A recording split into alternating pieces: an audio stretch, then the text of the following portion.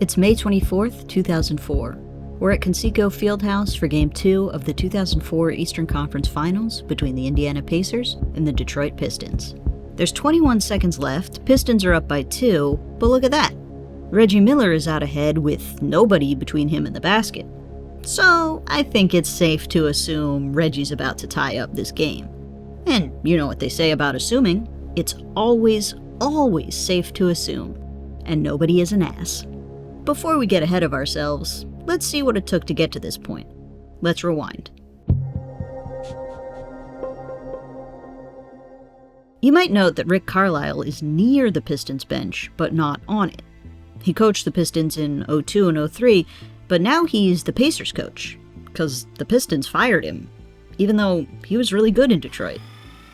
In the 2002 season, Carlisle took over a 32-win Pistons team and made him a 50-win team despite a lack of All-Stars.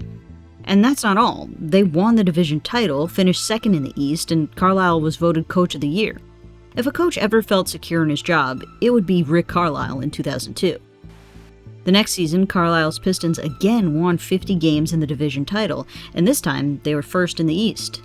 Two-time Defensive Player of the Year Ben Wallace had been elevated to All-Star, and they boasted a new backcourt. Chauncey Billups, a former journeyman, found a home in Detroit, and speeding leading scorer Richard Hamilton. They made it all the way to the Eastern Conference Finals, Detroit's first appearance since 1991. And yes, they were swept by the Nets, but nobody expected Carlisle to be fired. He was building something that kept improving. And also, he had a year and $2 million left on his contract. But coaching is not a secure career choice. Remember that when you're choosing a major. Days after the Eastern Conference Finals, Carlisle was out. The press was left to speculate and cull shreds of reasons together into an explanation. Carlisle was kind of stubborn with management. His offense didn't allow for variety or improvisation. Players were annoyed with his rotation, but also didn't complain about it publicly. The reasoning may not be satisfying, but that's life for you. Or rather, for Carlisle. Instead, this year, the Pistons are helmed by Larry Brown, 2001 Coach of the Year. Brown's Pistons were predicted to do well, but the team themselves stayed humble. Their goal was simply to get back to the Eastern Conference Finals and build off that. It's almost as if they were afraid to say the word finals. As the season unfolded, the Pistons were inconsistent. They had a 13-game winning streak in December, but in February lost 6 in a row.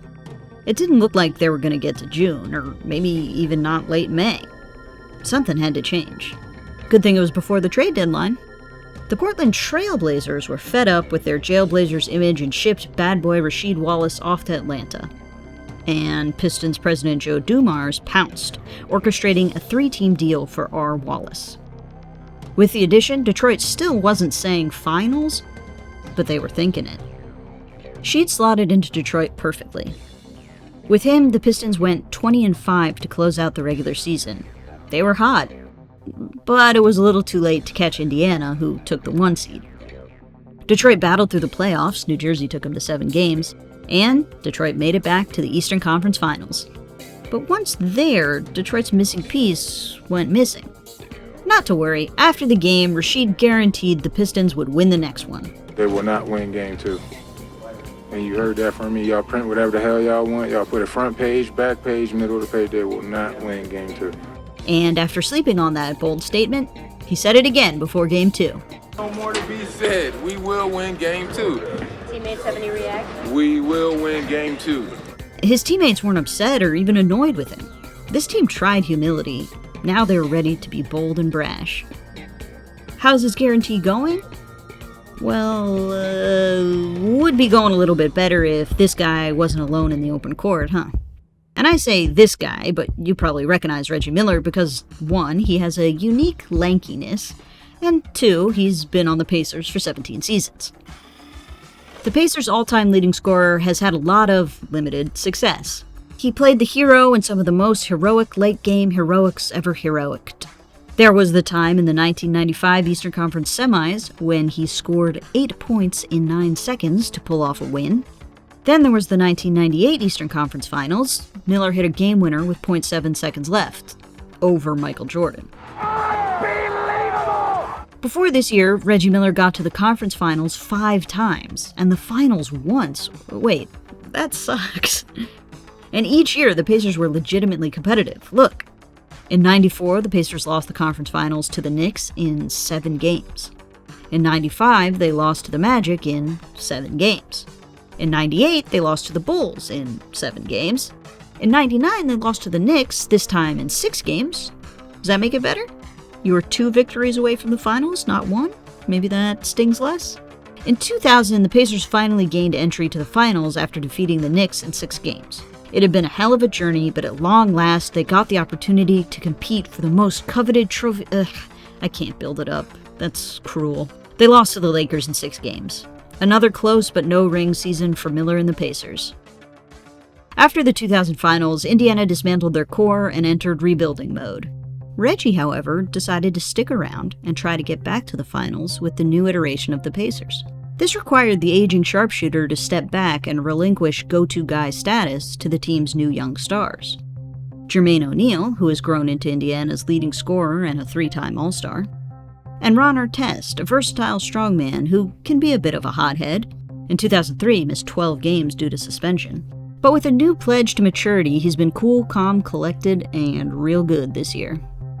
Just 4 years after beginning a rebuild, the Pacers and the 38-year-old Reggie Miller found themselves back in contention. They won a league-best 61 games this year, swept Boston, got past Miami in 6 games, but you heard me correctly. Reggie Miller is 38. He can't keep this up. If he's gonna get a ring, it's gotta be now. In Game 1 of this Pistons series, he looked his age. Well, no, he didn't look like an average 38-year-old. He was still an NBA player. But he looked way older than his Pistons counterpart, Rip Hamilton. And to be fair, he is 12 years older than Hamilton.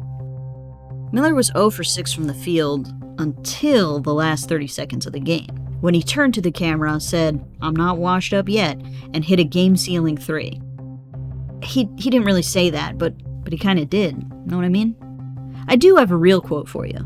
After the game, Miller said, "All I need is a half second of daylight." And tonight, he's got an Alaskan summer's worth of daylight. Plus, he's played better this game. He has 21 points, which is huge in such a low-scoring game. Wait, why is the score so low? Because Detroit and Indiana are really good at defense. During the regular season, the Pistons allowed the fewest points in the league. The Pacers allowed the 3rd fewest points in the league. In the first 2 rounds of the playoffs, both teams held their opponents to under 85 points per game. And they held each other under 80 in Game 1. Tonight has been similarly low scoring. At halftime, Indiana was up 43-37, and then the defense really got going. In the 3rd quarter, the Pistons had 3 blocks in a row. Then they had 3 other non-consecutive blocks that quarter, too. They held Jermaine O'Neal scoreless in the second half. And with defense, stats don't always convey just how much is going on, so let's check out this 4th quarter Indiana possession. First, Rip Hamilton anticipated where Reggie was running, cut off the passing lane, and avoided the screen. Then, with the shot clock winding down, Billups got close and turned up the heat while avoiding a reach-in foul. He did not give up a half second of daylight. And that's a 24-second violation. This level of D has been the norm. In the 4th, Detroit held the Pacers to just 3 made field goals. The Pacers have stayed in the game because they've held Detroit to just 4 made field goals in the final quarter. They didn't let Detroit inside, forcing them to shoot jumpers their tired legs couldn't convert. She'd missed 3 in a row. But thanks to free throws and some jumpers Hamilton squeaked through, with less than a minute and a half to go, the Pistons were up 6. Then they fouled Reggie Miller. Lead cut to 4. Then they fouled Reggie Miller again. Lead cut to 2.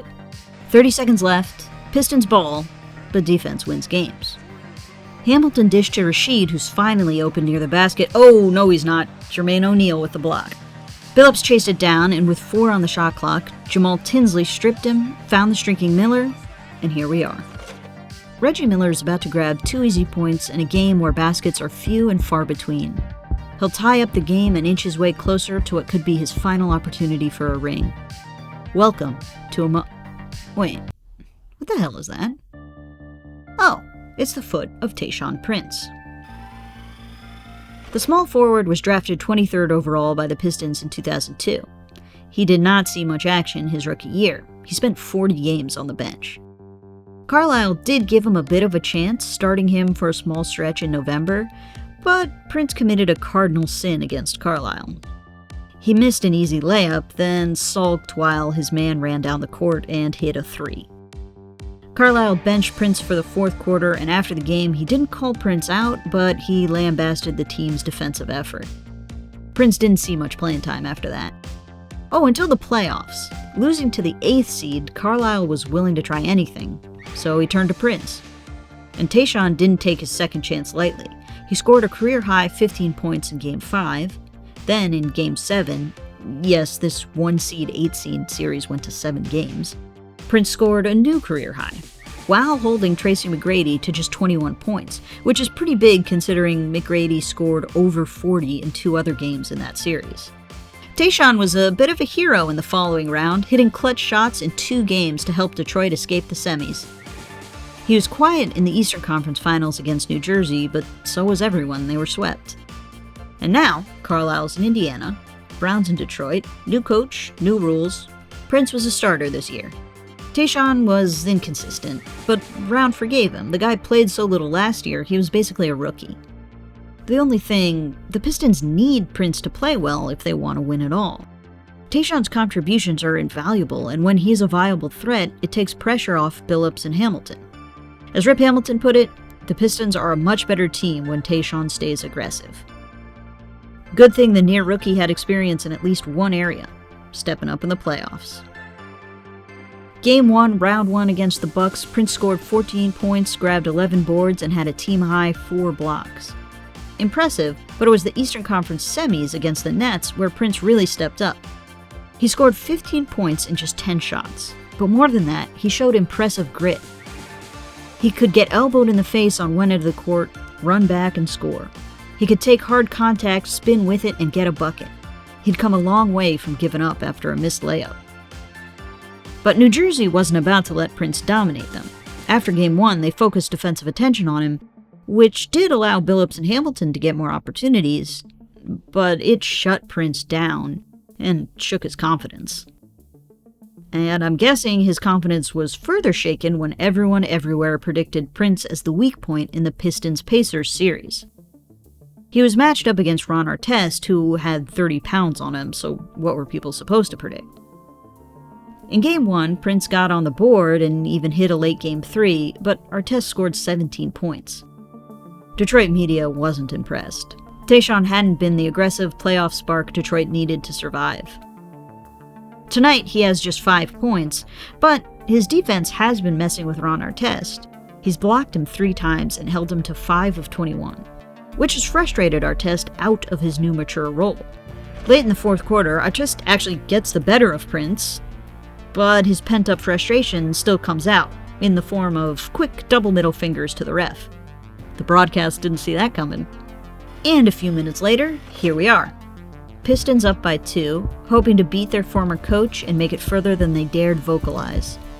Reggie Miller, nearly aging out of ring contention, has an easy opportunity to out-clutch Detroit for a second game in a row. Prince, the inconsistent second-year forward, chases. Welcome to a moment in history. Tinsley, Reggie Miller, and it's blocked again. Oh, what a block! How did Prince get there? What a block!